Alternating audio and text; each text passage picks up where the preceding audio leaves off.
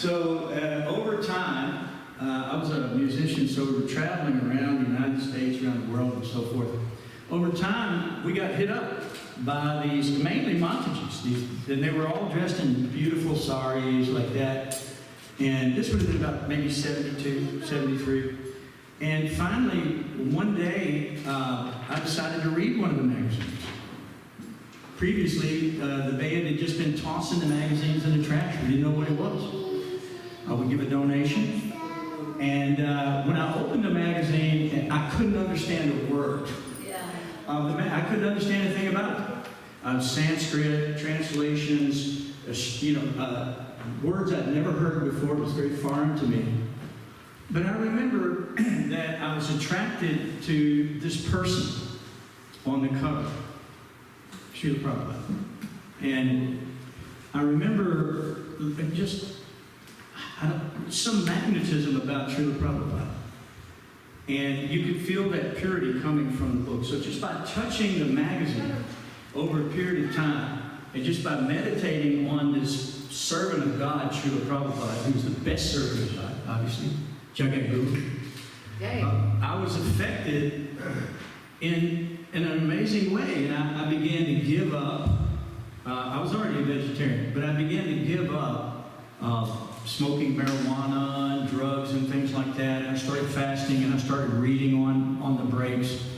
And the more I read, the more I just fell in love with Srila Prabhupada.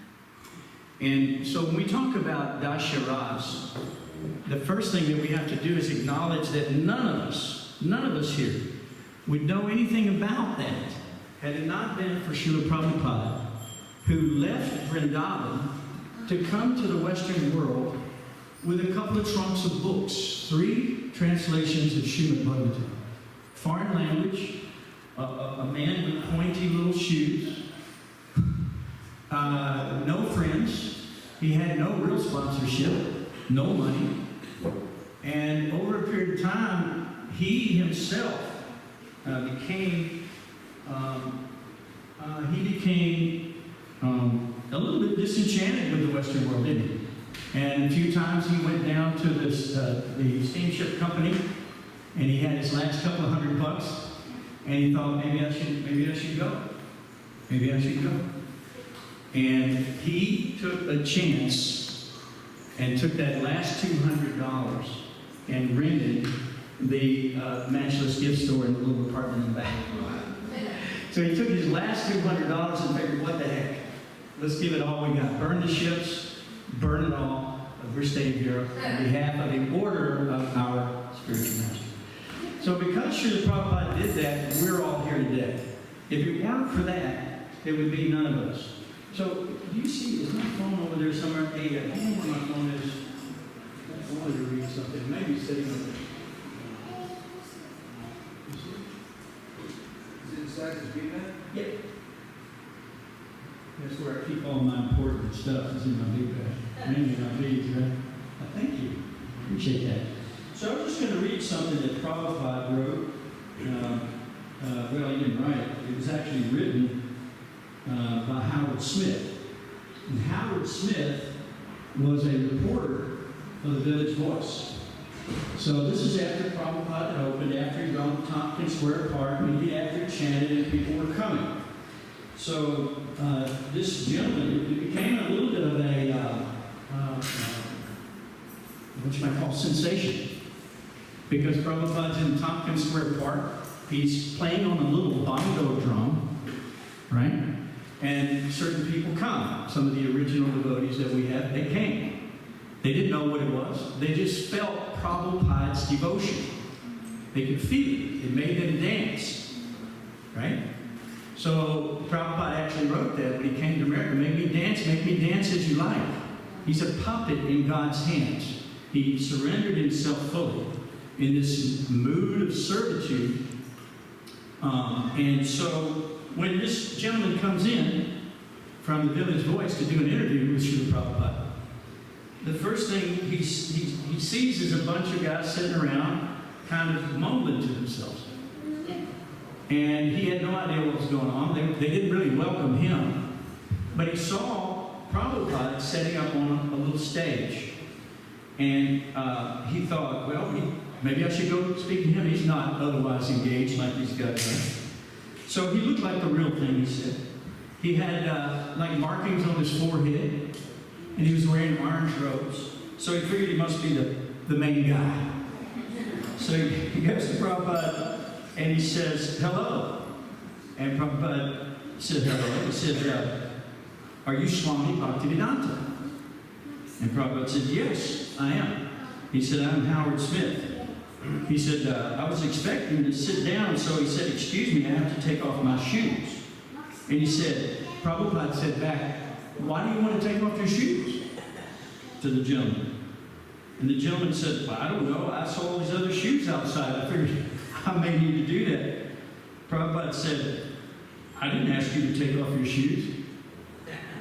So then he says, well, what are those people doing out there? He asked Prabhupada, what are they doing out there? Prabhupada said, I don't know. He said, and they don't know what they're doing either. And then he said, I am trying to teach them, and they seem to be misunderstanding me. They are very confused people. So that's our story. We're confused people. We thought we were God. We wanted to be God. We were trying to be God. We were giving everything we had to be the richest, the most beautiful, the most famous, the most powerful, the most wealthy. We gave our whole lives for these things, right? Or we gave it to our nation, gave our lives to our nations, or we gave it to our political persuasion, or we gave it to our family, or we gave it to our children, or we gave it to our wife, or we gave it to our mother and father. And we were serving all these different things without any understanding of why we were here, who we are, where we came from. We had no idea. All these things we were completely confused about. So Prabhupada entered an environment with people like us who had no clue of what was going on and tried to introduce us to an ancient philosophy, actually an eternal philosophy, of this Bhagavad Dharma, this service to God, trying to figure out how he can convince these people. When he got to Boston Harbor, you know, he couldn't imagine, how will I be able to convince these people? They're engaged in the modes of ignorance and passion. They're running here and there, trying to, enjoy sense gratification. And so Prabhupada just asked Krishna to make him dance as he likes. So I wrote a song about Prabhupada coming to the Western world. I've never really played this song much, so if I mess it up, I hope you don't mind. It's all right. We're less than sufficient. Can you hear the guitar? One Jaladuta, he crossed the sea, left Vrndavan's ecstasy, to save 1,000,000 fallen souls and set them free. He nearly died on the stormy seas. Krishna's visions he would see, and so he sailed on Boston Harbor and the Bay. And he stands for all that's true and worth believing. To save the world, he showed that love is all you need, to bring us home back to Krishna's lotus feet.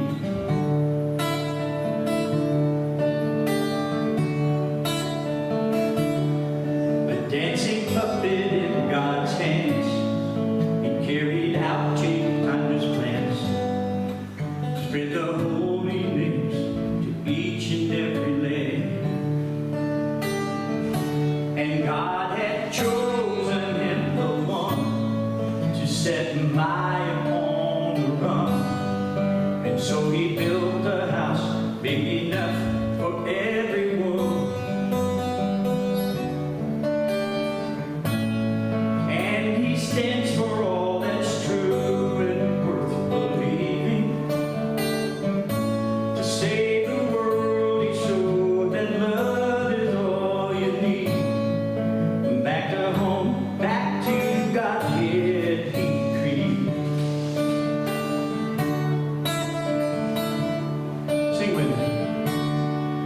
Jaya Prabhupada, Jaya Prabhupada, Jaya Prabhupada, Jaya Prabhupada, Jaya Prabhupada,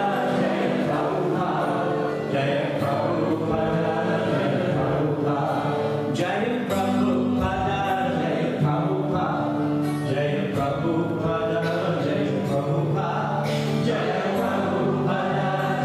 Prabhupada, Jaya Prabhupada, Jaya Prabhupada.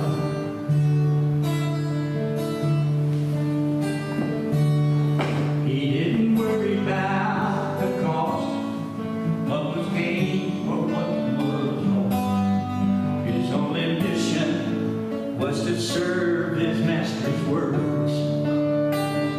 And I want to learn to be like him. My store I will give it. Instead I'll follow Prabhupada until the end.